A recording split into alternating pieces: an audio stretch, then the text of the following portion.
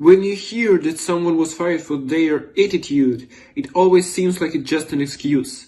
But what if it's also an attempt to hide the truth? My mother works in an office and I grew up listening to these stories. This isn't just a story for views, it's about real experiences.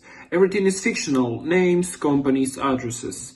The goal is for you to recognize yourself and not make the same mistakes. The bastard didn't even look up when I walked in, just tossed a stack of stapled papers across the table like he was sliding a receipt for a sandwich.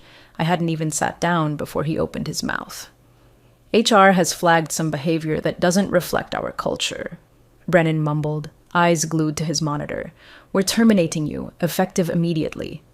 No explanation, no prior warning, just an ambush with a fake, polite tone. I glanced toward the open door behind me. On purpose, he hadn't shut it. The whole office could hear. A hallway full of junior analysts trying to pretend they weren't eavesdropping while Brennan gutted 22 years of my work with a sentence. And you know what I did? I signed. Not because I agreed, not because I was scared, but because I already knew. I signed what they gave me, kept my face still, walked out slow. No box, no coat, no goodbye. Just my boots clicking down a tile floor that had seen better managers than Brennan come and go like colds in January. Hey, if you're still listening, before we get deeper into this mess, take 2 seconds and hit that like button and subscribe. 97% of folks don't, and trust me, it makes a hell of a difference for the people putting these stories out. Thank you. Back to the hallway. I passed Alice from procurement. She blinked like she wanted to say something. Maybe, I'm sorry. Maybe, what happened? Maybe nothing. That's the thing about these places. One day you're chairing risk review, next day you're a ghost. I made it outside without crying. Didn't scream. Didn't call my husband. Didn't even text my sister. I drove to a diner 2 towns over, ordered burnt eggs and colder coffee, and stared at the packet like it was some ancient scroll nobody had bothered to translate. But I didn't need to, because I'd written it. Not that version. No, that one was hot off the printer. But the bones, the original NDA, the framework for their internal exits, the employee protocol language that shaped it, I'd built it. Back when the company still used fold-up chairs in a co-working space and we all had to take turns plunging the one toilet. Back when Brennan was probably still asking his mom how to fax a resume. And in that moment, at a cracked vinyl booth next to a flickering jukebox, I remembered something I hadn't thought about in years. Page 6, section 3. They hadn't changed it. They never do, because no one ever reads the fine print until it's already signed. 7 years ago, the office smelled like instant noodles and dry erase markers, and nobody wore shoes after lunch. We worked shoulder to shoulder in a converted dental suite with 1 sad window and 0 insulation. The radiator hissed like a pissed-off raccoon. I remember sweating through a pitch deck while some intern tried to figure out how to flush the toilet without a wrench. Those were the good days. Honest days. You built the thing with your hands, and if something broke, you either fixed it or worked around it. That's when I was more than just compliance. Back then, I was also HR, legal, sometimes IT when the Wi-Fi died, and the de facto bartender after 5. I filed the incorporation myself, drove the documents to the clerk's office in my Corolla, and hand-delivered our first ever payroll checks like they were wedding invitations. The NDA? That was mine. Not some recycled legalese from a Slack thread.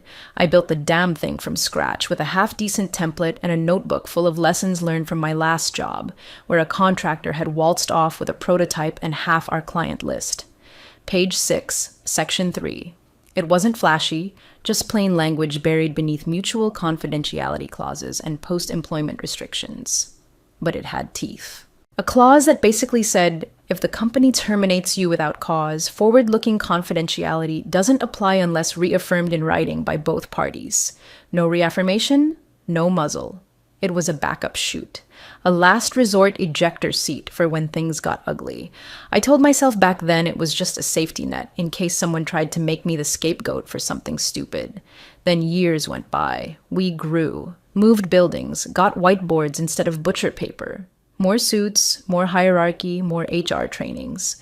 But they never changed the doc, never reviewed the boilerplate. They just kept reusing it, recycling clauses like leftovers from someone else's dinner. Every new version of that NDA was just a newer skin on top of what I'd built. Each director who came in after me assumed someone else had vetted it. Nobody did, because no one ever thinks the paper will come back to bite them, especially not the ones doing the biting, especially not when they think the woman who wrote it is long gone or too polite to use it. They assumed that firing me was the end of it. Sign the forms, walk her out, wipe your hands. But that clause was still there, hibernating, waiting, and they had just handed me the trigger. I didn't slam doors, didn't demand a meeting with HR, or march back in with some dramatic monologue about dignity or process. I didn't even tell my wife, not yet. What would I say? Honey, they finally pulled the trigger on my attitude problem. She'd ask if I told them off, and I'd have to admit I did something worse. I stayed silent. Drove home, sat at the kitchen table, and opened my laptop like I was checking the weather. Pulled up my private archive, logged in, and uploaded the signed NDA with a soft little ping. Time-stamped. Digitally hashed. Stored in 3 separate clouds and backed up to an encrypted flash drive I kept in a drawer under the sink, next to a roll of duct tape and expired coupons. No fire, no fury, just process. Because I already knew the moment they uploaded their copy to internal HR, that clause, page 6, section 3, would go live. It was like a landmine wired to a handshake. And the best part? I didn't need to lift a finger. Termination without cause nullifies forward-looking confidentiality unless mutually reaffirmed in writing. Clean, lawful, binding. Their version of the NDA was the same one I wrote all those years ago. They hadn't updated it. They hadn't even skimmed it. Just opened the old template, filled in the names, and printed. Classic Brennan move, rush the paperwork, get it done fast, make it someone else's problem down the line. I hadn't altered a word. I didn't need to, because the moment I signed, quietly, obediently in that glass coffin of a conference room, they had locked it in. My signature. Their signature. No red lines, no attachments, no follow-up memo. Just 2 sets of initials on a document they didn't understand. And now it lived in their system. Live and loaded. They thought they were erasing me, that I'd walk away in shame, maybe cry into a glass of wine and update my resume. But I wasn't erasing anything. I was letting the ink dry. They had just buried themselves with the same shovel I'd handed them. And all I had to do now was wait. The screen lit up like a flare in a dark room. Blocked call, 2:45 a.m. The kind of hour when nothing good ever happens. I let it ring once, then again. Almost didn't answer. But something in my gut told me this was going to be worth the loss of sleep. I swiped. There was a moment of static, then a voice. Tense. Masculine. Too rehearsed to be drunk. Too shaky to be calm. Hi, this is Mark Brennan with... I'm calling on behalf of Larkspur Legal. We're outside counsel for Kaplan Systems. I know it's late, but we need to confirm something. I didn't say a word, just waited. He cleared his throat. We need to confirm whether you've signed the NDA yet. I could hear him trying to sound casual, like this was just routine, like this was a box to tick. I leaned back in bed, stared at the ceiling fan. I signed everything they put in front of me, I said, voice flat as drywall. A pause. Then, but you did sign the NDA? I smiled into the dark. I did. He hesitated again, so I helped him out. Page 6, I said. Section 3. That's when the air shifted. No more faking calm, no more smooth voice, just silence, like the sound got sucked out of the room on his end. And then, barely audible, he muttered, "Oh, no." There it was. The sound of a man realizing he'd just watched his company step onto a live wire, one they didn't know existed, one they handed me, one I'd signed with their pen, under their policy, using their template. He wanted to ask more. I could hear it. The way his breath stuttered. The long inhale like he was flipping through mental notes, trying to claw back something he couldn't name. But I didn't give him the time. "Good night, Mark," I said, then hung up. No yelling, no threats, just a woman with nothing left to prove and a clause waiting to detonate. They thought I'd be sleeping at that hour. I was. But the document wasn't. Subject line screamed in all caps like it could outrun the truth. Urgent. Request to re-execute NDA, timestamp, 9:17 a.m. From Annika Hale, General Counsel, Kaplan Systems. Tone, faux-friendly desperation, every word triple scrubbed by a PR team. She opened with the usual fluff. Hi, hope this finds you well. Then the pivot. We're doing a routine update to our internal documentation and notice a discrepancy in the NDA you signed during your exit process. Out of an abundance of caution, we'd like you to re-execute the attached version. Attached? A shiny new document. Pages cleaner than a politician's Twitter after a scandal. Section 3 was gone. Replaced with generic wording that blanketed everything in forever silence, backward and forward. They even bolded a new retroactive clause, like a scream in legalese.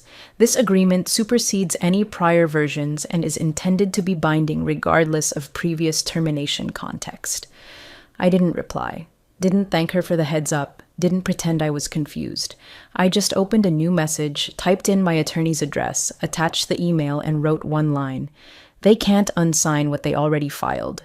Hit send, close the laptop. Then I got up and made pancakes. Because what they didn't understand, what they still hadn't learned, is that you can't rush to erase something you never bothered to read. You can't redact a signature already living in 3 different databases, 2 physical archives, and 1 backup sitting under a stack of tax returns in my basement. The cascade had started. Their panic was a clock I didn't have to wind. Every minute they spent trying to undo it only made their position weaker. And me? I wasn't scrambling. I wasn't calling reporters or drafting tweets or taking screenshots. I didn't need to. I just made coffee, watered the plants, and waited for the next shoe to drop. Because it always does. And I don't chase shoes. I let them fall where they may. It was just after lunch on Friday when my phone rang again. This time, not a blocked number. Full caller ID, corporate extension. No attempt at subterfuge. It was Judith Lane, chair of the board. The kind of woman who didn't call you unless the world was cracking open beneath her designer heels. I answered on the second ring, not to seem eager, just precise. Let the silence stretch a little after my hello. Let her fill it. Hi, this is Judith Lane, she said, like I didn't know her voice from 5 years of board meetings and quarterly recaps where she never once looked directly at me unless someone needed a summary of risk exposure. We've been made aware of a contractual oversight, she said slowly, like each syllable was being weighed on a courtroom scale. I didn't respond. She pressed on. It appears one of the NDAs used in your offboarding process included language that, well, may not align with our current legal posture. Still, I said nothing. She exhaled. We also understand the circumstances of your departure were abrupt. I smiled. Only because I let them be. Another pause. A longer one this time. She got the message. We'd like to invite you to a closed-door session with the board, she said, formality leaking into urgency, to better understand how this happened and explore how you might assist us in resolving it. There it was. Not an apology, not accountability, but the first sliver of recognition that they weren't dealing with some disgruntled ex-employee nursing a bruised ego. They were dealing with the architect. I told her I was available Monday at 10. She agreed before I could finish the sentence. No one looped in Brennan. HR wasn't copied. No people ops puppet to run interference. Just the board. The grown-ups. The ones who now understood the scale of what had been mishandled in their name. And me, with nothing left to lose, except maybe my patience. They didn't know it yet, but the session wouldn't be about fixing a document. It would be about fixing the blind spots that got them here, starting with the man who thought I'd walk out quietly and stay quiet forever, starting with the culture that let him believe that. We met in the boardroom with the tinted glass, the kind reserved for quarterly forecasts and strategic misalignments that ended in layoffs. This time, no catered lunch, no laminated agendas, just 5 board members, a corporate council with tired eyes and one unspoken truth hanging in the air like humidity. They'd screwed up. Badly. And I knew it.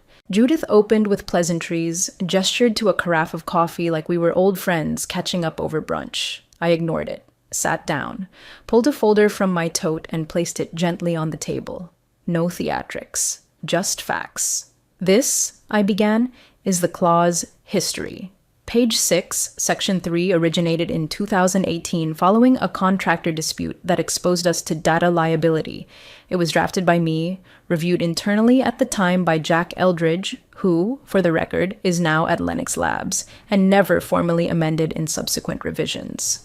I watched as one board member thumbed through the printed copy like he was hoping the words would rearrange themselves into something more convenient. This, I continued, flipping to the back page, is the version Brennan handed me to sign. No red lines, no legal review, no cross-reference with current policy. Then I leaned back. The language was clear. You terminated me without cause. The clause triggered automatically. There's no ambiguity, there's no reversal, only unread paperwork and assumptions. A younger board member, the kind who still thought startups were sexy, cleared his throat. So, what are you seeking here? Reinstatement? I looked him dead in the eye. I don't want to come back. Judith blinked. The air shifted again. But I want the next person protected. I want the templates cleaned, the language audited. I want you to stop handing out legal grenades like breath mints. Silence, no arguments. And, I added, sliding a single sheet across the table, I'll help you fix it. Contractor basis, 3-month term, with this rate. One of them flinched. It was a generous fee, I knew that, but not for what they were getting. I was offering them clarity, safety, a firewall wrapped in competence, and let's be honest, they weren't in a position to haggle. Judith picked up the page, skimmed it, nodded once. We'll have it countersigned by end of day. No objections, no handshakes. Just quiet agreement from people who finally understood the cost of moving fast and thinking small. They came into that meeting looking to contain a problem. They left realizing I wasn't the problem. I was the solution they'd already fired. It didn't happen with a bang. No dramatic walkout, no flaming resignation letter, no viral LinkedIn post from Brennan about new opportunities and stepping into my next chapter. Just disappearance. One Monday morning, his name was gone from the org chart. His Slack account showed as deactivated. Emails bounced back with that cold little notification. Delivery failed, recipient not found. And word got around, fast but quiet, the way office gossip spreads when it's too dangerous to say out loud but too satisfying to ignore. He was out. His keycard, deactivated. His parking spot, empty. No thank you email, no farewell bagels, nothing, just gone. I didn't ask for it. I didn't have to. 1 month after that boardroom meeting, I was back in the building, not as an employee, but as an outside contractor, leading the risk restructuring sessions they were now scrambling to run. And on my second day back, I found myself in a conference room with Tanya Weber, the same compliance hire Brennan used to mock during all hands. Called her checkbox Tanya behind her back. Said she was too slow, too cautious, too in love with policy for a fast-moving company. Now, her new nameplate read Head of Risk Strategy, and she looked damn good behind that desk. She smiled when I walked in, motioned to the seat across from her. There was a draft NDA on the table, cleaner layout, better formatting, tighter language overall. Still not perfect, but they were trying. I picked up a red pen. Tanya raised her brows. Thought you'd go digital. Nah, I said. This one deserves ink. I flipped to page 6, section 3. Still there, but rewritten. Vague, safer, maybe, but toothless. I shook my head. If you're going to keep it, I said, you either own the consequences or you write it right. She nodded. Show me. So I did. Line by line, not as revenge, not as a flex, just as correction. We worked quietly, methodically. No interruptions, no performance, just 2 women cleaning up the wreckage left by men who thought they were too important to read their own policies. By the end of the day, a new clause sat in place, clear, fair, balanced, written to protect both sides, not just shield one. Tanya signed off, looked at me across the table. Feels different now. I capped the pen. It should. There was no press release, no new direction memo, just a better document, a better leader, and one less Brennan in the building. It came in late on a Thursday. I was halfway through reviewing indemnification language for a new client when my phone buzzed. Unknown number. No voicemail. Then a text popped up a second later. Figured you'd want to see this. Attached was a screenshot. Slack interface, internal channel, time-stamped about 36 hours before my firing. Sender, Brennan. Message. Let's just push the forms fast. No need for legal to slow us down. No emojis, no follow-up, just pure, unfiltered arrogance. I stared at it for a long minute, not out of shock, I knew who he was, knew exactly how much thought he gave to process and risk, which is to say, none. But there was something almost poetic about seeing the whole thing spelled out so cleanly. They hadn't just overlooked the clause, they'd chosen not to look at all. I forwarded it to my attorney. No commentary, just the image. He replied 3 words: too little, too late. And it was. I didn't leak it. Didn't send it to the board, didn't even mention it to Tanya during our next draft session, because I didn't need to. Brennan was already out. The structure was already changing. The policies were getting cleaned, audited, rebuilt with eyes wide open, all without me having to pull the trigger. The Slack message? That was just the epilogue. It sat there like a rotting cherry on top of a collapsed cake.